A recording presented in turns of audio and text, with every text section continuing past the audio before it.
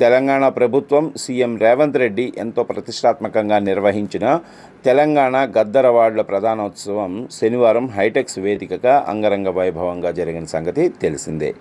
ఈ సందర్భంగా ప్రభుత్వానికి, సినీ పరిశ్రమకు కృతజ్ఞతలు తెలియజేయడానికి ప్రెస్ మీట్ పెట్టారు దిల్ రాజు.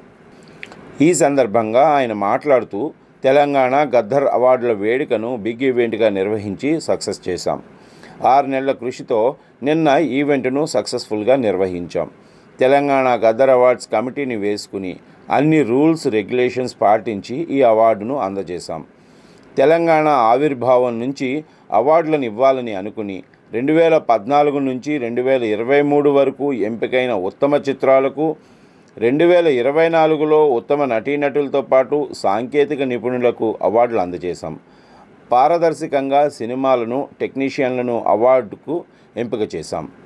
ఈ అవార్డుల ఎంపికను బాధ్యతగా తీసుకున్నాం. నిన్న అవార్డ్ ఫంక్షన్ చాలా గ్రాండ్గా, సక్సెస్ఫుల్గా జరిగినందుకు ఆనందంగా ఉంది. అవార్డ్ ఫంక్షన్ జరిగిన విధానంపై మంచి ఫీడ్బ్యాక్ వస్తుంది.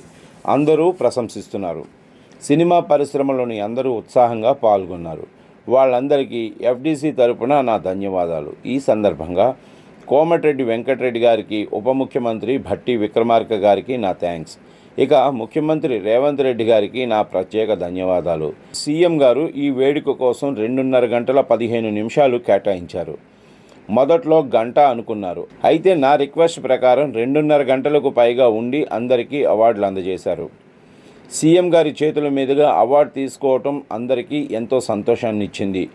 ప్రభుత్వం నుంచి అవార్డులు వస్తున్నాయంటే సినిమా పరిశ్రమలోని అందరూ బాధ్యతగా స్వీకరించాలి.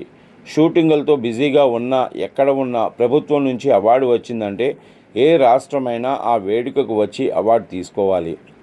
భవిష్యత్తులో ఎప్పుడైనా ప్రభుత్వం నుంచి అవార్డు వస్తే స్వీకరించాలి.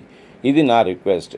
ఇక ఇంత పెద్ద వేడుకలో చిన్న కమ్యూనికేషన్ గ్యాప్ వల్ల ఏమైనా తప్పులు జరిగి ఉంటే, వాళ్ళు బాధపడి ఉంటే వాళ్లకు ఎఫ్డీసీ తరపున నేను క్షమాపణలు చెప్తున్నాను. ఈవెంట్ అయిన తర్వాత అందరూ అప్రిషియేట్ చేశారు.